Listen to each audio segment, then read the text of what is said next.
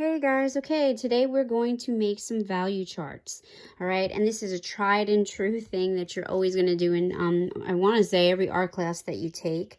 If you're in my drawing and painting class, you did this in studio, and for my studio kids, this is one of the things that, of course, every studio art class has to do. Okay, here's some student examples of value charts that I've done in the past. I used to go, from 1 to 8, and now I'm sort of breaking it down, and I do it 2 little charts instead of 8 squares or rectangles. Now I just do 5, and I do it 2 different ways in sort of squares, and you'll see it'll make sense why. And then just a gradation from dark to light. I also, especially since we're coming out of talking about our perspective drawings, is atmospheric perspective. And that's that whole idea of when you're looking out in a landscape, and, again, when you take photographs, you'll notice that things in the distance always look light and faint. And of course, as you come closer, things get darker. Okay, so here are some student examples of charts. And, back in the day, when things were normal, you would come in and I would just hand you the chart and you would go ahead and just fill them out, go ahead and shade them in. Now, unfortunately, we have to create the charts ourselves. So this is just a little video in class. I'm going to walk you through, and this is a video in case for whatever reason you get lost in class or you miss something or you fall behind. I'm making this video for you. Okay, and I'm going to try to talk quick so the video is not too long. And again, you can take it, at your own speed. You can pause and then, of course, continue. Now, remember, you have the option. You can work in your sketchbook. For those of you who decided to, again, use the sketchbook, that's great. Or, again, you can just use regular Ditto paper.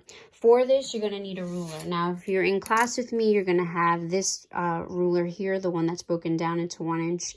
It's a little 1 inch grid ruler. I love this ruler. And I also have here the just a Dollar Tree ruler. Okay, you're going to need, of course, your pencil.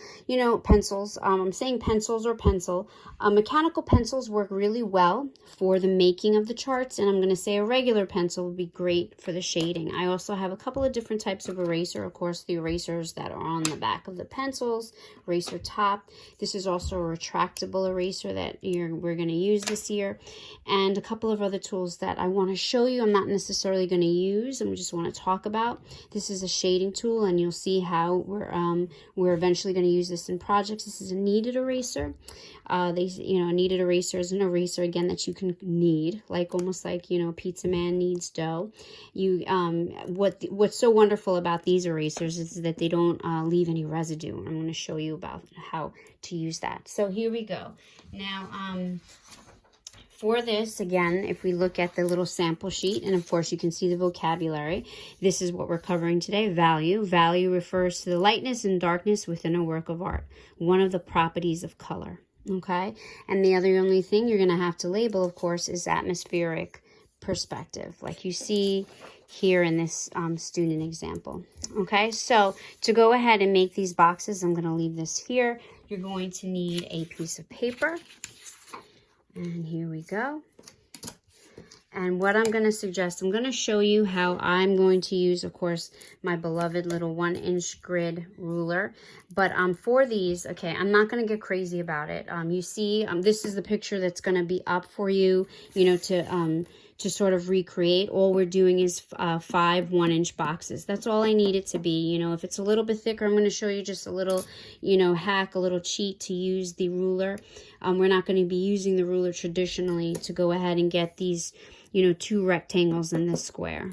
Okay, so how I want you to do this, and an easy way to go about doing it, and how I made the chart that you see here, is I took my ruler, again, this gridded ruler that I love, and I'm going to ask you what's great about this. I'm going to have to move this out of the way to show you. These rulers here, I'm going to go ahead and start with this one rectangle on the right. I'm going to pretend, again, that these are my boxes, and I'm doing a 5 inch rectangle. So 1, 2, 3, 4, 5. So this is where this is how big I want it to be. And I'm going to kind of just visualize, right? I'm going to leave a little spot at the top. I'm not going to get into crazy measurements because, again, we don't, you know, I don't want this to take too long. And again, this is something that I would have handed out for you.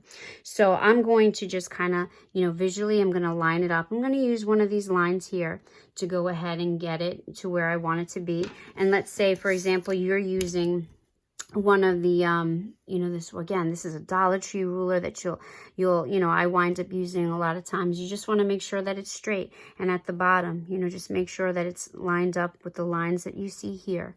All right. And then what we're going to do is pretty much trace. And you can see, trace at the 5-inch. So to bring back again, I want to show you the ruler for those of you who are going to be in class with me. We're going to go ahead and I'm going to just line it up there, or maybe I'll do 7.5.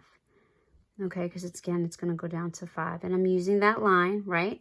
And I'm literally, just like we did with the squares in the in our last video, I'm literally just going to trace.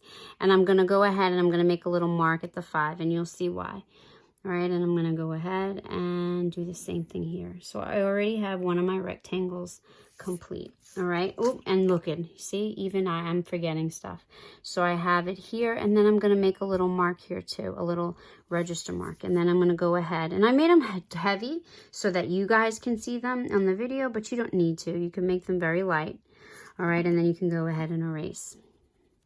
All right, so this is my first little rectangle, okay?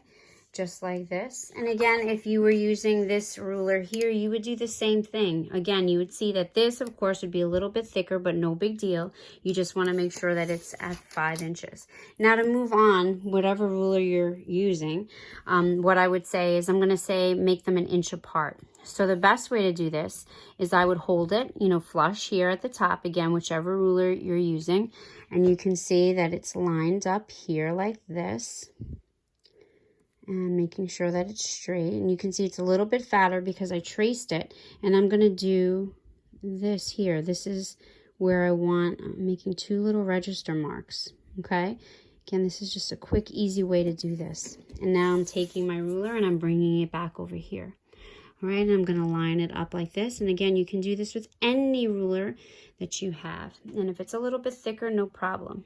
Okay, so again, I'm going to hold this up here like this, and I'm going to make sure that it's lined up at the bottom, and I'm going to go ahead and trace, and I'm going to make again a little mark at 5. I'm going to come over here and make a little mark at 5,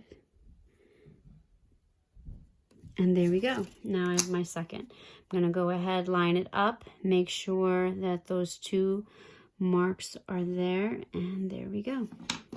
Okay, so I am going to switch.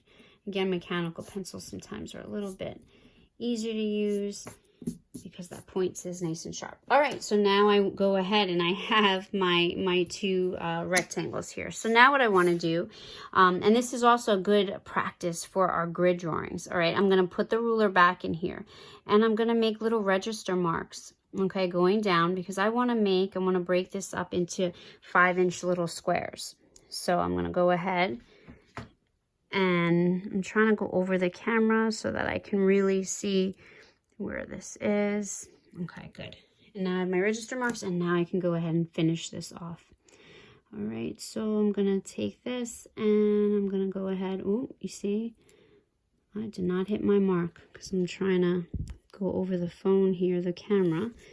And I can't see things. All right, there we go. All right, so you could see that I'm lining those up and then just connecting. All right, so far we have our 2 rectangles. We're halfway there. Okay, so now I have my 2, just like you see here.